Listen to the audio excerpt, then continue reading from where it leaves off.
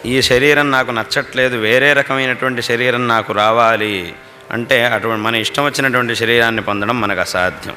మన ప్రారబ్ధ కర్మానుసారంగా ఏ రకమైనటువంటి శరీరం మనకు వచ్చిందో దాన్నే పొందాలి. ఇక దానిలో ఆ కర్మఫలం పూర్తయ్యేంత వరకు ఆ శరీరంలో ఉండాల్సిందే. కానీ భగవంతుడి యొక్క శరీరం అటువంటిది కాదు. ఆయన ధరించేటటువంటి శరీరం ఆయన ఇచ్ఛానుసారంగా వచ్చేటటువంటి శరీరం. మనకి ఈ శరీరం వచ్చింది కర్మఫలాన్ని అనుభవించడం కోసం. భగవంతుడు శరీరాన్ని ధరించేది లోకోద్ధరణ చేయడం కోసం.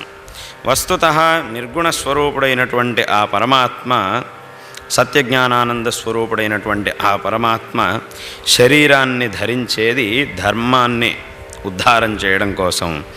కాబట్టి మన శరీరానికి పరమాత్మ యొక్క శరీరానికి ఉన్నటువంటి వ్యత్యాసం అది. అందుకే ఆయన ఇచ్ఛానుసారంగా శరీరాన్ని భగవంతుడు ధరించగలడు. ఉదాహరణకి నరసింహస్వామి శరీరం ఉన్నది. అటువంటి శరీరం, ఆ నరసింహ శరీరం అనేది ఇక ప్రపంచంలో ఇంకెక్కడా ఉండదు. అటువంటి ఏకైక శరీరం ఆ నరసింహస్వామి యొక్క శరీరం. అందుకే శాస్త్రంలో ఒక విచారం చేశారు, నరసింహత్వం అనేది జాతి అవుతుందా కాదా అని ఒక విచారం చేశారు. ఎందుకంటే ఏదైతే ఏక వ్యక్తి మాత్ర వృత్తి అవుతుందో అటువంటి దాన్ని జాతిగా స్వీకరించరు. ఆ ఏక వ్యక్తి మాత్ర వృత్తిత్వం అనేది జాతి బాధకంగా శాస్త్రంలో పరిగణించారు.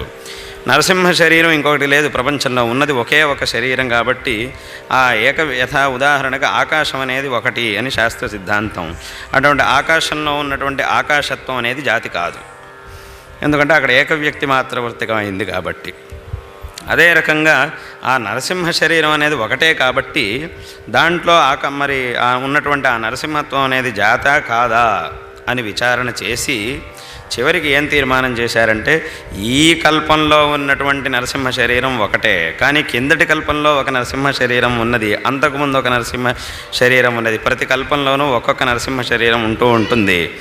ఆ అన్ని శరీరాల్లోనూ ఈ నరసింహత్వం అనే జాతి ఉంది కాబట్టి ఇది జాతియే అవుతుంది. కాబట్టి ఇక్కడ ఏక వ్యక్తి మాత్ర వృత్తికత్వం లేదు, నానా వ్యక్తులు ఉన్నాయి, కల్పభేదైన నానా వ్యక్తులు ఉన్నాయి. కాబట్టి ఆ శరీరంలో ఉన్నటువంటి నరసింహత్వం అనేది జాతే అని చివరికి మళ్ళా తీర్మానం చేస్తారు.